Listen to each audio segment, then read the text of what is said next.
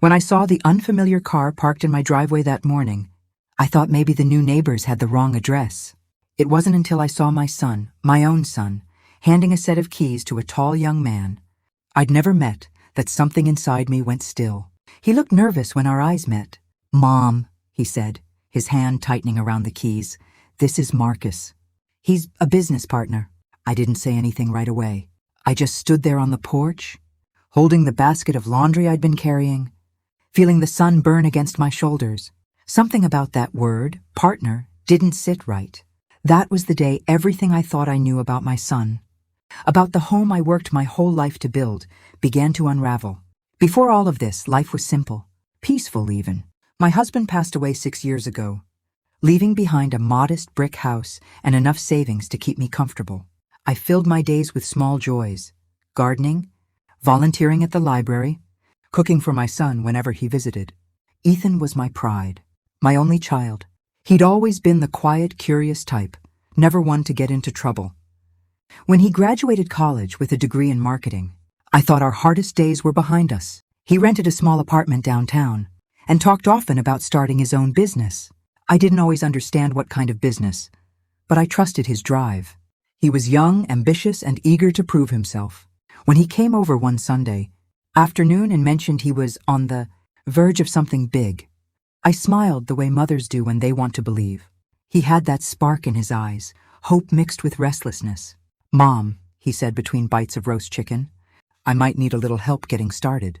Just a small loan, nothing huge." I remember wiping my hands on a napkin, asking gently, "How small, Ethan?" He smiled almost shyly. 10,000, maybe 15.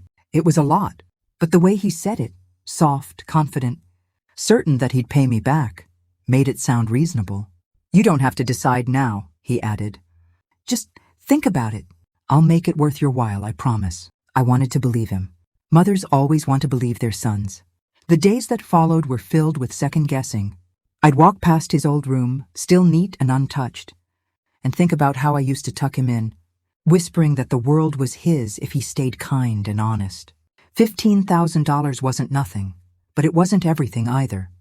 So I went to the bank, withdrew the money from my savings, and handed it to him the next weekend. He hugged me so tight that I could feel his heartbeat. "You won't regret this, Mom," he whispered. "I'm finally doing something for us." Us. That word made my heart swell. For a few weeks, he called often, talking about meetings and contracts, and a partner who really believed in him. Then little by little the calls stopped. The visits stopped, and when I finally drove downtown to surprise him, I learned his apartment had been emptied 2 weeks earlier. The landlord said he'd moved somewhere more permanent. I drove home that evening with a heavy chest and 1,000 thoughts swirling in my head. I wanted to believe he was just busy, that maybe he'd call in a few days. But instead, 2 mornings later, I found him in my driveway, handing those keys, the house keys, to a stranger named Marcus. I didn't know it then, but that single moment was the quiet beginning of my undoing. After that morning, I couldn't stop replaying the image of Ethan's hand, my son's hand, passing over those keys. I told myself there must be an explanation. Maybe Marcus was a contractor. Maybe Ethan was planning something to surprise me. It was easier to cling to hope than face the uneasy truth whispering in my chest. Inside, the house smelled like coffee and lemon cleaner. The morning light fell across the kitchen table, catching the edge of the photograph that had sat there for years. Ethan at 10 years old, missing a front tooth, his arm around a scruffy golden retriever we'd rescued together. He'd been smiling so wide it made my heart ache. That smile had always been my weakness. I tried to shake it off, telling myself not to pry.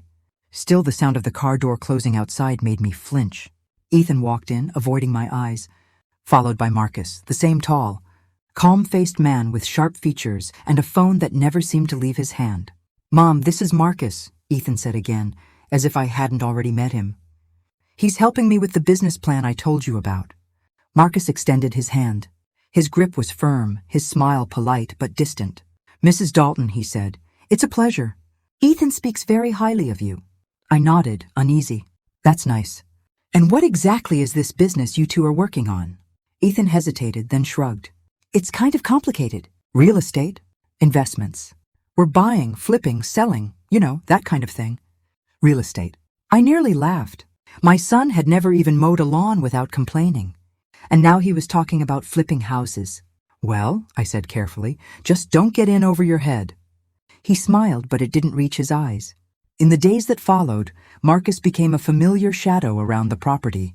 I'd see his car parked by the curb. Sometimes early in the morning, sometimes late at night.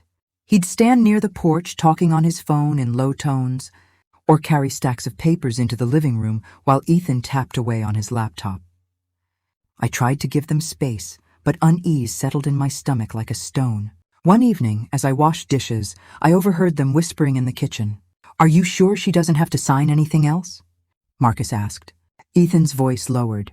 "No, I told you, she already did. The bank just needed her as a co-signer for the collateral. She thinks it's just to secure the loan." My hands froze in the soapy water. Co-signer? Collateral? I dried my hands and walked into the kitchen quietly, pretending to be searching for a towel. Both men went silent. Ethan looked up quickly. "Mom, everything's fine. Just some bank paperwork." Marcus smiled, that same polite, cold smile. "Standard procedure, Mrs. Dalton. Just business talk." My heart pounded so hard I could feel it in my throat. "I hope so," I said softly, "because this house is all I have left of your father." Ethan's jaw tightened. "I know, Mom. You don't have to worry about it." But I did. I worried so much that I barely slept that night. I could hear faint murmurs through the walls, Ethan pacing in his room, his voice rising, then quiet again. I wanted to believe he was still the boy I raised, the one who used to write little notes for me on Mother's Day, who used to swear he'd never let me be alone. But something had changed in him, something I couldn't name yet, but I could feel it deep in my bones. That was the night I opened my drawer, took out the folder of loan papers he'd asked me to sign weeks earlier, and began reading them by the dim light of my bedside lamp. By the time I reached the third page, my hands were trembling, because right there, in neat black ink under my signature, were words I hadn't noticed before. Collateral, property located at 15 Willow Lane. My house. I didn't sleep that night. I sat on the edge of my bed, the papers spread out before me like pieces of a puzzle I never agreed to solve. The clock on the wall ticked louder than it ever had before, each second a tiny reminder that I'd signed away something I didn't fully understand. Collateral, property, 15 Willow Lane. I whispered the words aloud as if saying them would make them less true. My husband, Richard, had built this home brick by brick. Every corner of it held his laughter, his sweat, his memory. Losing it wasn't just about the walls, it was about losing him all over again. I folded the papers carefully and placed them back in the drawer. Then I sat in the dark, waiting for morning. When the sun came up, Ethan was already gone. His car missing from the driveway, his coffee mug half finished on the counter. I called his phone, straight to voicemail. For 3 days, I heard nothing. I tried to tell myself he was busy, that maybe he was at the bank fixing things. But every hour that passed made the silence heavier. On the 4th morning, there was a knock at the door. I opened it to find a man in a gray suit holding a clipboard. "Mrs. Dalton?" he asked politely. "I'm here to verify property access for the transfer scheduled next week." I felt my knees go weak. "Transfer?" He glanced down at his papers. "Yes, ma'am. The ownership handover to a Mr. Marcus Hill. He's listed as the new proprietor pending final payment." I gripped the doorframe to keep from collapsing. "That's a mistake," I said, my voice trembling. "This is my home." The man frowned, confused. "You might want to speak with your co-signer, ma'am. The documents are already processed." When he left, I just stood there, staring at the front door, unable to breathe. Marcus. The name sat in my mind like poison. I went straight to the kitchen drawer where I kept the business card Ethan had given me just in case, his handwriting on the back, Marcus, partner. My fingers shook as I dialed the number. He answered on the 3rd ring. "Mrs. Dalton," he said smoothly. "How nice to hear from you." "Marcus, I just got a visit from someone about my house," I said, my voice sharp with panic. "He said it's being transferred to you." "What is going on?" A pause, then a slow exhale. "Ethan didn't explain?" "Explain what?" "That he sold the deed." My stomach dropped. "That's impossible. I never agreed to sell this house." "Actually, you did," he said, his tone chillingly calm. "When you signed those loan documents, you authorized Ethan as your representative. He transferred the property as repayment for the business debt." For a moment, the world went silent. Then I heard myself whisper, "He wouldn't do that to me." Marcus chuckled softly. He already has. The line went dead. The next few hours were a blur. I searched every drawer, every file, every folder, praying I'd missed something, some clause that could undo what had been done. But the truth was written in ink. My signature sat at the bottom of every page, naive and trusting. I'd handed my son the pen that took away my home. When Ethan finally came home that evening, I was sitting in the living room waiting for him. The look on his face when he saw the papers spread across the coffee table. Shock. Guilt, maybe fear, confirmed what I already knew. "Mom," he started, voice shaking. "I can explain." I stood up slowly. "Then you better start explaining." "Ethan, because according to this, you just sold your father's house to a stranger." He looked down, silent for a long moment. Then he said softly, "He's not a stranger, Mom. He's my partner." I took a step closer. "You mean the man who's about to steal everything I own?" His voice cracked. "It's not stealing if I pay you back. It's not stealing if I pay you back." Those words hung in the air like smoke, thin, choking, impossible to breathe through. I looked at my son, my Ethan, the boy I'd raised to be kind, honest, careful with people's hearts. His eyes darted everywhere but my face. His hands fidgeted with the cuff of his jacket. "Sit down," I said quietly, "and tell me exactly what you've done." He sank into the chair across from me, his shoulders hunched like a guilty child. "Marcus said it would be temporary," he began, voice trembling. "He promised we'd get it back once the profits came in. We just needed collateral for a quick investment. It was supposed to double in a month, Mom. Triple even." I stared at him, my pulse roaring in my ears. "You used our house, my home, as collateral for a stranger's get-rich scheme?" He flinched. "He's not a stranger, Mom. He's helped me for months." "He's helped himself," I snapped, the calm finally breaking. "You handed him everything, without asking, without thinking. Do you have any idea what you've done?" He stood up suddenly, his voice rising. "I was trying to make something of myself. I wanted to give you something back for once, instead of always taking. You don't understand how hard it's been." "Don't you dare twist this into pity." My voice cracked, sharper than I intended. "Your father and I built this home so you'd never have to worry. And you used it like a pawn ticket." Tears filled his eyes, but I couldn't stop. The anger had been building for weeks, maybe months, the sleepless nights, the empty calls, the feeling that my son was slipping away into someone I didn't recognize. "Do you even know what that house means to me?" I whispered. "Every memory of your father, every sacrifice, gone. For what? A business you barely understand?" He pressed his palms against his forehead. I was desperate. I thought if I could make it big, you'd finally be proud. That stopped me cold. "Ethan," I said softly, "I've been proud of you every day of your life. But right now, I don't even know who you are." He looked up at me, his face streaked with tears. "I can fix this, Mom. I'll talk to Marcus. "No," I interrupted firmly. "You've done enough. From now on, I'll handle it." He started to protest, but I raised a hand. "Not another word. If you want to make this right, you'll tell me everything Marcus has on paper, contracts, bank info, anything. Do you understand?" He hesitated, then nodded weakly. I didn't trust him, not completely, but I could see the guilt weighing on him. He wasn't a monster. He was my son, lost, foolish, manipulated, but mine. Still, something in me had hardened. Love hadn't died, but it had learned its lesson. That night, after he'd gone to bed, I sat at the kitchen table with my old laptop and started searching for Marcus Hill. It didn't take long.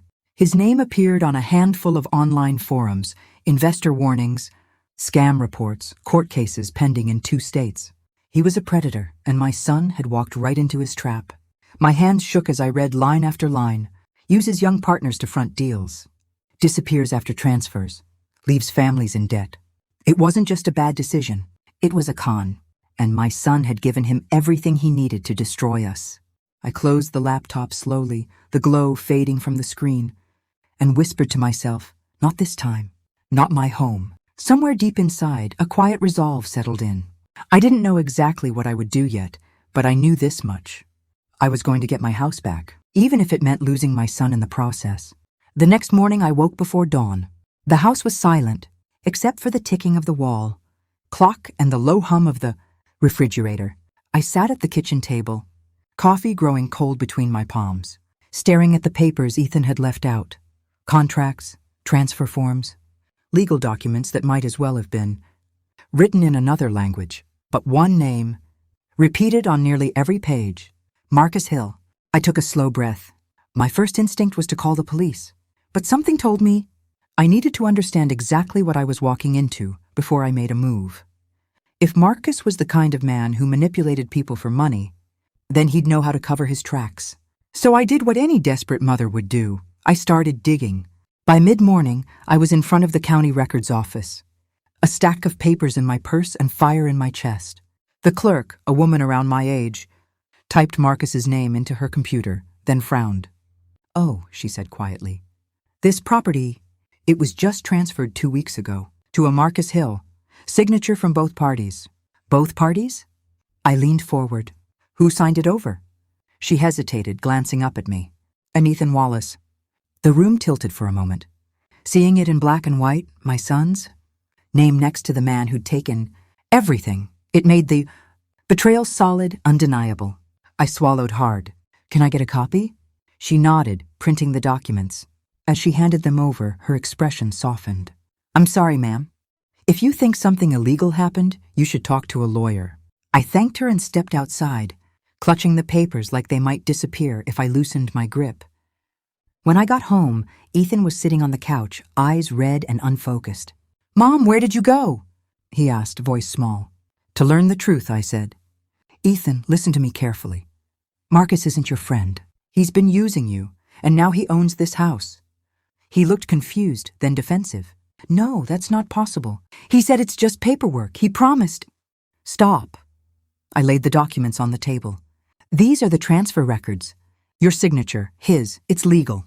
His eyes widened as he scanned the pages, his lips moving silently as he read. Then slowly, the color drained from his face. "Oh my God," he whispered. "What have I done?" For a long time, neither of us spoke. The only sound was the faint creak of the floorboards as the house settled around us. Our house, that was no longer ours.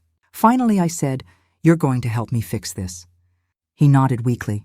"Anything. Just tell me what to do." That night, Ethan called Marcus and told him I wanted to meet. He said I was interested in expanding the investment that I had. Contacts who might want to buy in. Marcus took the bait almost immediately. We agreed to meet at a coffee shop downtown the next afternoon. I remember sitting there early, hands trembling around my cup, trying to steady my breathing. I hadn't felt that kind of fear in years, not since my husband's last night in the hospital, when I'd prayed for strength and knew I'd have to face life alone. Then Marcus walked in. He was younger than I expected, mid-30s maybe, in a tailored jacket and too slick smile. His confidence filled the room like cheap cologne. "Mrs. Wallace," he said warmly, sliding into the seat across from me. "Ethan tells me you're interested in being part of our next venture." I smiled, though my heart was pounding. "Something like that," I said. "But first, I need to talk about my house." The smile faltered, just slightly, but it was enough. "Oh, that," he said casually. "Just a formality, really. Once the investment matures—" "Cut the act," I interrupted. "I've read the documents. You have legal control of my property. I want it back." He leaned back, studying me like I was an obstacle he hadn't expected. "You signed it over willingly through your son." "It's all above board." "I didn't sign a thing," I said quietly. "And my son was misled." He shrugged. "Then maybe you should have taught him to read the fine print." Something in me hardened. The calm left my voice, replaced by something cold and precise. "You've scammed the wrong family, Mr. Hill. I've already spoken to a lawyer. And by this time tomorrow, the police will have every document you forged, every message you sent. You can give back what you stole, or we can let them deal with it." For the first time, Marcus's mask cracked. His smile wavered, his jaw tightened. "You don't scare me," he said. "Good," I replied, standing, "because I'm not trying to." That was the beginning of my fight to take back everything he'd taken.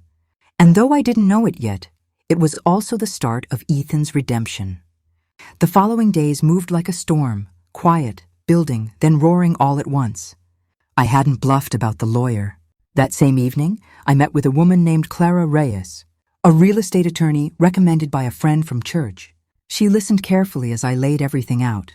The documents, the forged consent, the conversations Ethan had with Marcus. When I finished, Clara leaned back in her chair, eyes sharp behind her glasses. "This man has a pattern," she said. "He preys on emotional leverage. Your son's signature gives him temporary control. But if we can prove manipulation, misrepresentation, or fraud, we can nullify the transfer." Her voice was calm, but her words lit a spark of hope in me. For the first time in weeks, I saw a path forward. Ethan sat beside me, silent, his face pale with guilt. After the meeting, he spoke softly in the car. "Mom, I don't deserve your help," he said. "You should have let me deal with it." I looked at him for a long time before answering. "You're my son. I can be angry, disappointed, even heartbroken. But I'll never abandon you. You made a mistake, Ethan. Now we fix it, together." He nodded, tears forming again. "I'll do whatever you need me to." Clara advised us to stay quiet while she built the case. She gathered every text message, email, and bank transfer between Ethan and Marcus. Meanwhile, I started doing what I did best, talking. I went to our neighbors, to the church board, even to a local business group Marcus had joined. I told the truth, not to humiliate, but to warn. People began to listen. One woman from across town called me 2 days later and said, "He did the same thing to my brother. He lost his entire savings." It spread like wildfire, a man who stole through charm, a con artist in nice shoes. And soon, the police had enough complaints to reopen an old case Marcus had quietly buried. When the police came for him, it happened on a Tuesday morning. I was standing in the front yard, clipping dead leaves from the hydrangeas, when a patrol car rolled up the street. I didn't expect to feel relief when they put him in handcuffs. Instead, I felt empty. Marcus looked over at me as they led him away. His smirk was gone, replaced by a cold glare. "You'll regret this," he muttered under his breath. But I didn't, not for a second. The news spread through the neighborhood within hours. People I hadn't spoken to in months came by the house, offering quiet words of support.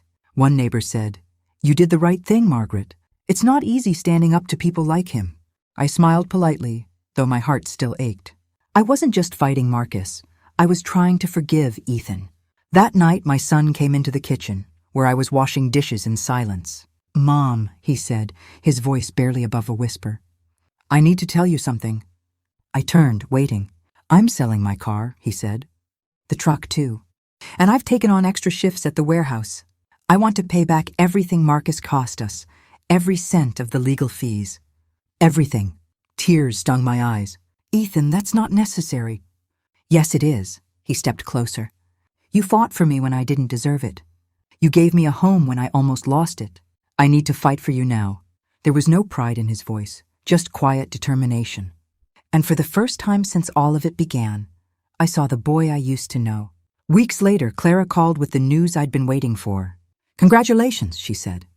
"The judge ruled in your favor. The deed is officially back in your name." I didn't speak for a few seconds. I just sat there letting the words sink in. My house, our home, was mine again. When I told Ethan, he broke down crying. Not out of joy, but relief. We stood in the living room together, surrounded by half-packed boxes from when I'd thought we'd have to leave. The light came through the curtains, soft and warm, and for a long moment, neither of us spoke. We didn't need to, because somehow, through all the betrayal and pain, we had found our way back home in every sense of the word. But the story wasn't over yet. Healing takes time. And forgiveness? That was still ahead. The day the court papers arrived, I stood by the front door for a long moment before opening them. The envelope was thick, crisp, formal, a simple manila shell carrying the weight of months of fear, anger, and fight. I broke the seal with shaking hands. "Deed reinstated to Margaret Wallace." Just those words, simple, unadorned, but they might as well have been written in gold. I let out a breath I didn't know I'd been holding. Outside, autumn leaves scattered across the porch like a celebration, spinning and dancing in the cool wind. For the first time in a long while, I smiled, not out of victory, but relief. Ethan came home later that evening, his clothes dusty from work. He looked tired but different, grounded, steadier somehow. When he saw the papers on the table, he froze. "Is that?" I nodded. "It's done. The house is officially ours again." He let out a shaky laugh, rubbing his face. "I don't even know what to say." "You could start with dinner," I said softly, teasing, just enough to ease the air between us. He smiled, a small, grateful smile that reached his eyes. Deal. That night, we ate together for the first time in what felt like years. Nothing fancy, just roasted chicken, potatoes, and the kind of quiet that feels safe. Between bites, Ethan said, "I've been thinking a lot. Mom, about everything I did, about what I let happen. I know saying sorry isn't enough, but I want to make it right, not just with money, but with you." I looked at him the same way I used to when he was a boy trying to explain why the cookie jar was empty. But this time there was no anger, no sharp edge. "Ethan," I said gently, "I don't need you to pay me back. I just need you to learn from this, to protect yourself and your heart better than I did." He frowned. "You didn't do anything wrong." I gave a small, tired laugh. "Maybe not, but I enabled it. I kept saying yes, because that's what mothers do, isn't it? We help, we sacrifice, we believe. But belief without boundaries, it's dangerous." He looked down, ashamed. I reached across the table and took his hand. "You're not a bad person, Ethan. You just lost your way for a while." "We both did, but we found it again. That's what matters." He squeezed my hand, eyes glistening. "I don't deserve you." "Maybe not," I said with a smile, "but I'm stuck with you anyway." We both laughed then, the kind of laugh that breaks something open inside, letting in light where there used to be shadows. The following weeks were quiet, almost peaceful. Ethan started volunteering at a local youth center on weekends, helping teens learn basic budgeting and financial awareness. He said he wanted them to understand what he hadn't, how easily trust can be manipulated, and how important it is to think before you sign anything. Sometimes I'd visit and watch from the doorway as he talked to those kids, using his own story, our story, as a warning and a lesson. It wasn't penance, it was purpose, and that made all the difference. As for me, I started writing again, just small journal entries at first, reflections, thoughts, prayers. Then one evening, I found myself writing the full story of what had happened. From the day Ethan asked for that loan to the moment we got our home back. It wasn't just about the betrayal, it was about resilience, forgiveness and boundaries. Because the truth is, sometimes love means saying no. Sometimes it means stepping back and letting people face the consequences of their choices. But other times, like this one, it means standing in the fire with them until it burns itself out. A few months later, we hosted a small gathering, just family and close friends, to celebrate Ethan's new start. The house was filled with laughter again. The same walls that had once echoed, with anger and silence, now carried warmth and forgiveness. As the night ended, Ethan stood up, raised his glass and said, "To my mom, the strongest woman I know. You taught me that losing everything doesn't mean the end. Sometimes it's the beginning of who we're meant to be." There wasn't a dry eye in the room. I looked around at all the faces, familiar, loving, and felt something inside me settle. We had come full circle. Later, as I stood on the porch under the stars, I whispered to the night, "Thank you. Not for the pain, but for the lesson. Because life has a way of teaching us what we refuse to learn the easy way. And though it cost us dearly, it also gave us back something priceless. Trust rebuilt, love renewed, and peace restored." When I look back now, I don't see the betrayal first. I see the lessons that came after. It's strange how pain can carve out space inside you, only to fill it later with wisdom. For a long time, I thought Ethan's mistake had ruined everything we built. But what it really did was force us to rebuild, stronger, clearer, and with boundaries that love couldn't blur anymore. I learned that being a parent doesn't stop when your child grows up. The lessons just change shape. You stop teaching them how to tie their shoes and start teaching them how to stand on their own. And sometimes, you teach them by standing apart. Forgiveness isn't forgetting. It's remembering differently. Remembering with understanding instead of anger. Ethan still carries guilt for what he did. But I remind him that guilt is only useful if it leads to growth. We can't erase our choices, but we can write better endings. Now every time I walk through this house, our house, I don't see what was almost lost. I see what was saved, our bond, our lessons, our future. And maybe that's what home really is. Not the walls or the deed or the memories in the corners, but the people who are willing to fight for it when everything falls apart. If you've ever been betrayed by someone you love, I want you to know this. Pain can turn into purpose. Trust can be rebuilt, even if it looks different. And sometimes, The hardest thing you'll ever do is choose compassion when all you want is distance. But that's where healing begins. Tell me, if it were your son, your family, your home, would you have fought the way I did? Or would you have walked away? Let me know in the comments. And if my story touched something in your heart, don't forget to like, share, or subscribe, not just for me, but for anyone out there learning how to forgive without forgetting. Because in the end, love doesn't always mean trust without question. Sometimes it simply means finding your way back together.